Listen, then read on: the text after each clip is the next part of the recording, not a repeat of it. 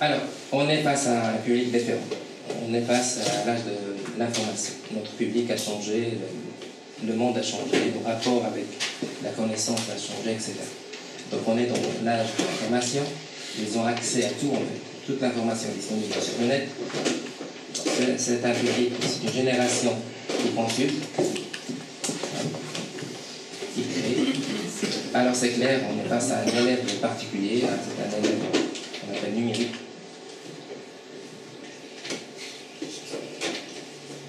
Il y a beaucoup de facilité.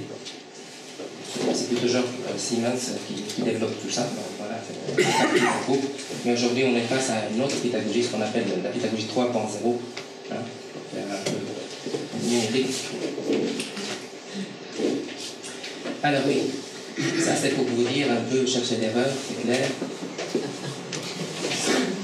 Ça c'est 1425, là on est en 2014, et on est toujours dans le frontal, on est toujours dans le transmissif. C'est un public différent, il faut vraiment s'adapter. Alors c'est clair, il faut adapter notre cours, voilà, notre façon de donner cours et notre approche pédagogique. Alors j'enseigne moi, ils apprennent mieux.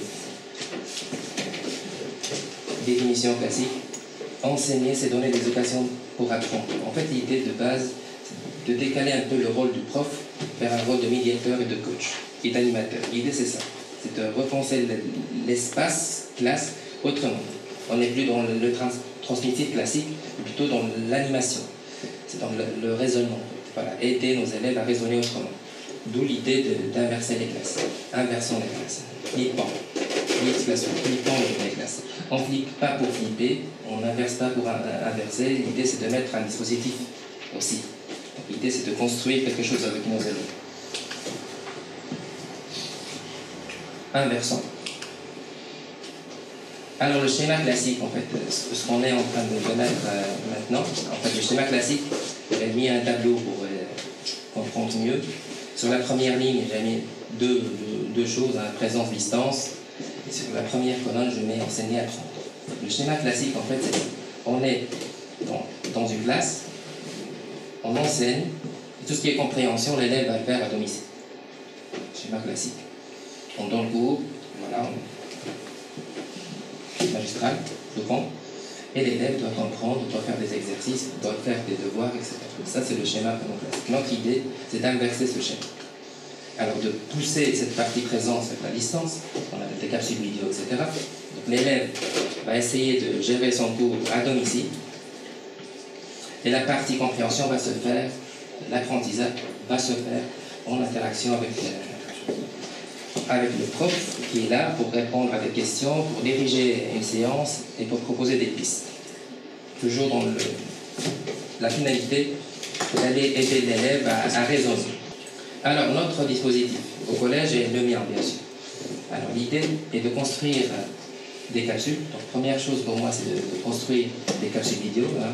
Entre 2 et 5 minutes, ça ne doit pas dépasser 6 minutes, hein, sinon l'élève décroche. Par rapport à une thématique précise, par rapport à un sujet précis. Alors, tout va se mettre sur notre plateforme Claroline, il y a plusieurs plateformes. Ça, c'est une classe virtuelle, une classe online.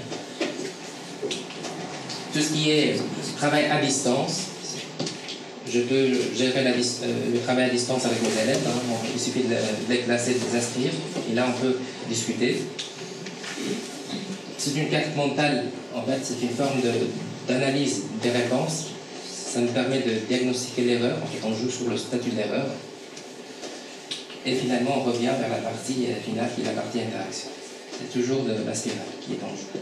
Donc, vidéo, plateforme, travail à distance, discussion, carte mentale pour un peu voir dégager les grandes lignes de cours.